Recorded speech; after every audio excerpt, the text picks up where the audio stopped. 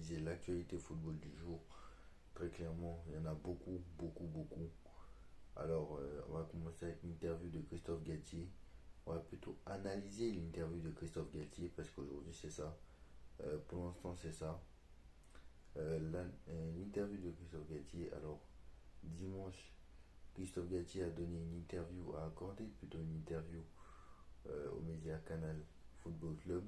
Pour après, Christophe Galtier, ancien coach du Paris Saint-Germain, hein, pour la première fois depuis son départ donc, du Paris Saint-Germain en juillet dernier, Christophe Galtier s'est confié au micro de Canal Football Club. Alors, à l'approche de son procès, hein, il a donc accordé une interview au média Canal Plus et à l'émission Canal Football Club. L'ancien coach du Paris Saint-Germain s'est livré sur son passage au club et sa situation actuelle. Tout d'abord, il a été interrogé par rapport aux polémiques qui l'ont touché la saison dernière, notamment celle du char à voile et du ramadan. Donc on va voir tout ce qu'il a dit et c'est assez intéressant. Il y a beaucoup de choses intéressantes. Alors, j'en baille parce que écoutez bien ce qu'il va dire, hein, parce que là, euh, je baille, mais franchement, il dit pas mal de choses assez intéressantes qu'on va décortiquer ensemble. Au moment où j'arrive à Paris, je viens de gagner des matchs pour entrer dans l'histoire. Je viens gagner des matchs pour entrer dans l'histoire du club, aller loin en Ligue des Champions. On se prépare à ça, mais est-ce qu'on peut se préparer à tout ce qui arrive derrière? Personne n'y s'y est préparé. Le char à voile. Et là, le journaliste lui demande le char à voile. C'était l'humour l'on peut faire entre nous, pas en public et encore moins à ce moment-là. Donc là, le mec il est en train de se remettre en question, il est en train de nous dire qu'il n'aurait pas dû dire aux journalistes ça, parce que pour rappel, hein, pour la veille du match, veille de match contre la Juve, je crois si je ne me trompe pas, ou je crois que c'était la veille du match contre Benfica, euh, en conférence de presse, on lui demande, vous allez vous déplacer en comment? On lui demande en conférence de presse, avec quoi vous allez vous déplacer? Et là, t'as Galtier qui répond, on est en train de voir avec la société qui organise nos déplacements si on peut pas se déplacer en char à voile. Non mais à un moment donné, il faut arrêter. Personne ne s'y est préparé, tout ça, donc il nous dit, c'était de l'humour qu'on aurait pu faire entre nous, pas en public et encore moi à ce mot-là. Même j'en baille, à force d'entendre de char à voile, je sais même plus quand c'était. Bref, donc en gros, il nous dit qu'il fallait pas le faire en ce moment-là. Au moins, t'as compris, c'est déjà pas mal. Et tu ne le referas plus jamais. Donc, il a ensuite été interrogé sur l'évolution de Warren Zaïre-Emery, qui l'a lancé. Pour rappel, il était titulaire contre le Bayern de Munich, hein. Il nous dit tout le monde s'est aperçu qu'il n'était pas comme les autres. Il est amoureux du club, passionné de football et à 16 ans et demi, il fait déjà le métier. Donc voilà, j'espère que Warren Zaïre-Emery n'a pas eu le temps de progresser avec toi. Bon, c'était un phénomène, hein. Mais bon, voilà, je n'ai pas progressé vraiment avec Gatier. On espère qu'il va progresser sur Luis Enrique parce que c'est vraiment, ça a l'air d'être vraiment un phénomène. Parce qu'il continue à jouer sur Luis Enrique, s'il continue à jouer, c'est que c'est un phénomène. Bichabou, il a joué sur Gatier, je ne l'ai plus vu sous Enrique, je ne l'ai pas vu. Bon, après, c'est vrai qu'il a été vendu, mais voilà. Alors, il nous dit, il a évoqué son successeur. Il a ensuite évoqué son successeur, il a parlé de Luis Enrique, il dit les premières semaines ont été difficiles, mais il arrive avec l'image du sélectionneur de l'Espagne et de l'entraîneur de FC Barcelone avec qui il a gagné la Ligue des Champions. Il est plus armé que moi. Au moins, le mec, euh, au moins le mec avoue qu'il est plus armé. Mais heureusement qu'il est plus armé que toi. Heureusement, heureusement. Je peux te dire que Galtier, je peux te dire que tu ne serais pas venu au Paris Saint-Germain si tous les autres n'avaient pas refusé. Parce que Zidane était la priorité. Après, c'était un autre. Après c'était un autre, après c'était un autre, après c'était un autre. Il y avait Nagelsmann dans la shortlist. Il y avait pas mal d'entraîneurs. Et parce que personne ne voulait venir que t'es venu. Sinon, normalement, ça devait être Amorim, Gallardo. Voilà, ça devait être ce genre de coach-là qui aurait dû venir. Et voilà, est-ce qu'ils auraient pas été moins pires? Est-ce qu'ils auraient pas été. J'arrive pas aujourd'hui, hein. Est-ce qu'ils auraient été mieux que Galtier? Ça va se poser la question aussi. Ensuite, le journaliste questionne maintenant sur son affaire, l'affaire Julien Fournier, par rapport aux déclarations de Julien Fournier, très clairement. Il nous dit l'affaire a commencé avec l'accusation de Julien Fournier donc le journaliste pose la question. L'affaire a commencé avec l'accusation de Julien Fournier qui a dit à son supérieur que tu lui as dit qu'il y avait trop de joueurs de couleur et de musulmans dans l'effectif de Nice. Est-ce vrai? Il répond, c'est faux. Les gens du football me connaissent, les joueurs me connaissent, les dirigeants me connaissent, on sait qui je suis. Mais évidemment, une telle affaire, on revient sur cette phrase-là, on retient cette phrase-là, pas tous les gens qui m'ont apporté leur soutien.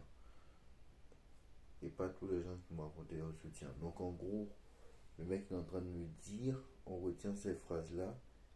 Donc en gros, il n'a pas dit ça en fait. Il n'a pas dit, il n'a pas dit ça. Il a dit, on retient cette phrase-là. Donc en fait, il a essayé de dire ça peut-être autrement. Donc quoi qu'il en soit, il n'est pas innocent à 100%. Quoi qu'il en soit, il n'est pas innocent à 100%. Vu que, apparemment, il l'aurait dit, quand tu écoutes, tu essaies de lire entre les mots, il aurait dit, mais en fait, autrement. En moins pire, peut-être. Moi, je pense que c'est certainement ça. Donc, ensuite, on continue. Le journaliste a posé la question ensuite, qu'est-ce qui lui a reconforté? Qui lui a reconforté durant cette période difficile hein, où il a eu toutes ces affaires? Il nous dit, mon président est Luis Campos. Mon président est Luis Campos. Quand la direction a décidé, et on lui demande encore, et qu'est-ce qui t'a fait le plus mal quand la direction a décidé de me remplacer? Ah bah, c'est logique, hein. Vu que t'avais pas le niveau, on n'allait quand même pas te laisser sur le banc. On n'allait quand même pas te laisser là, quand même si les rumeurs pensaient que tu allais rester. Parce ils avaient dit l'année dernière quand même que si, bon au début, hein, parce que quand on était éliminé de, avant d'être éliminé de la Ligue des Champions au mois de février, là où on enchaînait les défaites contre Monaco, contre Marseille, à cette époque-là, et même entre le match de Rennes, entre le match de aller, bon bref, entre le mois de février et le mois d'avril, c'était en train de dire on va garder Christophe Galtier et que seul l'appel du titre allait coûterait la peau de Galtier. C'est-à-dire que s'il perdait le titre, il dégageait et s'il le gagnait, il restait. Donc là, si on écoutait cet argument-là, on était 89% sûr qu'il reste. Après, ils ont dit, ça c'était, ça c'était, ça c'était, oui, ça c'était après l'élimination contre le Bayern. Ça c'était après l'élimination. Mais avant l'élimination, au mois de janvier, là où on dit au mois de janvier, on venait à peine de commencer notre crise, ils ont dit, un autre média avait dit que c'était seule une victoire en Ligue des Champions sauverait la peau de Galtier. Et même une finale n'allait pas convenir. Parce que Zidane était à tout prix insistant. C'était insistant. Et en fait, Zidane avait compris que il n'avait pas resté plusieurs années sans coacher. Et il voulait reprendre un banc. Mais il a peut-être vu qu'à Paris, ça aurait été mieux. Donc voilà. Finalement, Christophe Galtier, quand même. Emery, moi ça m'étonne qu'il dise ça. Emery, il a gagné un titre de champion de France. Il a fait le quadruplé. Il était éliminé en huitième de finale de Ligue des Champions les 2 années. Il a été viré. Laurent Blanc, il a fait trois quarts de finale. Lui encore, il a fait mieux. Il a fait que des quarts de finale, quart de finale, quart de finale. Quart de finale, quart de finale, quart de finale. Toi-même en huitième de finale. Quand même, faut réfléchir à un moment donné. Même les quarts de finale de Laurent Blanc, il a marqué. Au moins lui. Au moins lui, il a marqué lors de ses quarts de finale. En plus. Mais il était viré. Et en plus, il a fait le quadruplé lui aussi. Et en plus, encore une fois, il a eu record de points 96 points, je crois, si je ne me trompe pas. Carlo Ancelotti, bon, c'est plus celui qui est parti. Laurent Blanc, Thomas Tourelle. Bon, Thomas Tourelle, lui, il a été viré parce que il a dit des conneries il a dit des conneries. On va passer sur Thomas Tourelle. Pochettino, éliminé en huitième de finale de Coupe de France et de Ligue des Champions. Vainqueur du titre avec 15 points d'avance, avec un jeu catastrophique, mais il était viré. Mais toi, tu te remets pas en question et toi tu oses dire que ça m'a fait mal, que la direction a envie de me remplacer. Tu t'attendais à quoi en fait? Moi je pense qu'il était bien conscient depuis mars qu'il allait se faire virer, parce qu'il savait très bien qu'une élimination en huitième de finale de Ligue des Champions, surtout après une élimination en huitième de finale de Coupe de France par ton ennemi, l'Olympique de Marseille, ça n'allait jamais passer. Et ça, je pense qu'il a très très bien compris. Je pense qu'il a fait exprès. Donc ensuite, il nous dit, as-tu pu du plaisir à entraîner Paris? Oui, j'ai travaillé avec un très bon groupe. À l'opposé de ce que les médias en ont fait, je suis très fier d'avoir participé à ce 11e titre de champion de France. Je ne retiens que du positif de mon passage à Paris. Bah oui, c'est sûr que si dans ton CV tu mets PSG à côté, c'est sûr que les petits clubs autour vont pouvoir postuler, c'est sûr.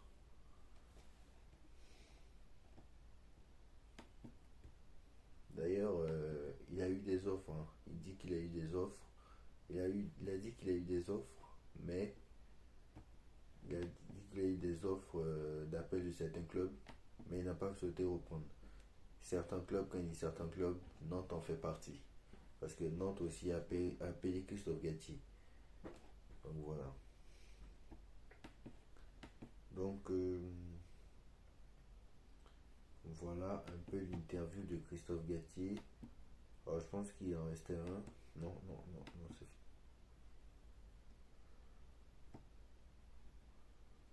Voilà. Et on lui. Et j'en ai une autre aussi, c'est.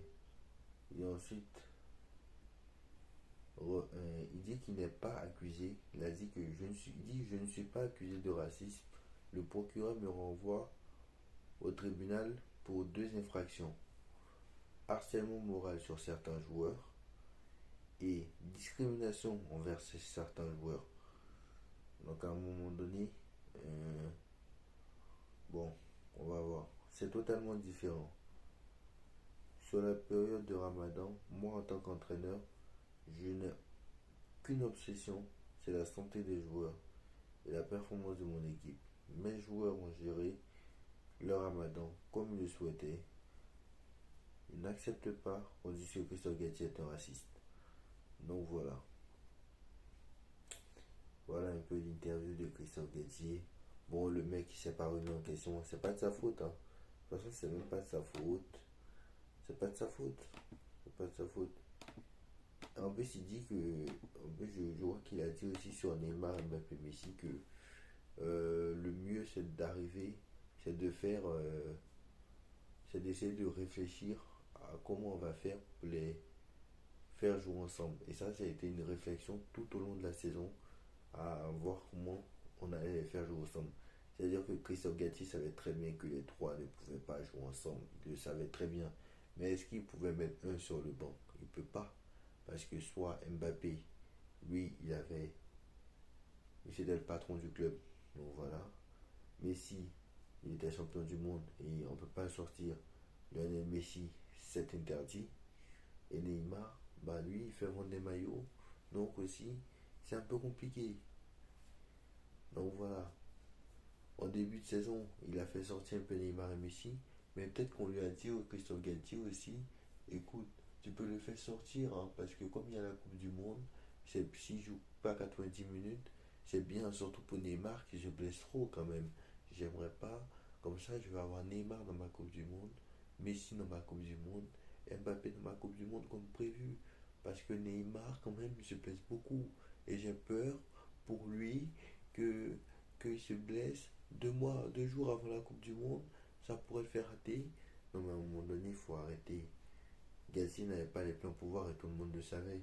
Quoi qu'il en soit, c'était Campos entraîneur. C'était même pas Galtier. C'était Campos entraîneur. Limite même c'était Nasser. Ou c'était Doua. Ou c'était le Prince. Ou je ne sais quoi. Parce que c'est Nasser encore qui disait à Campos fais ci, fais ça. Et Campos disait à Galtier fais ci, fais ça. C'est la même chose. On l'a vu contre Lille. Contre Lille à 3-2. Contre Lille à 3-2.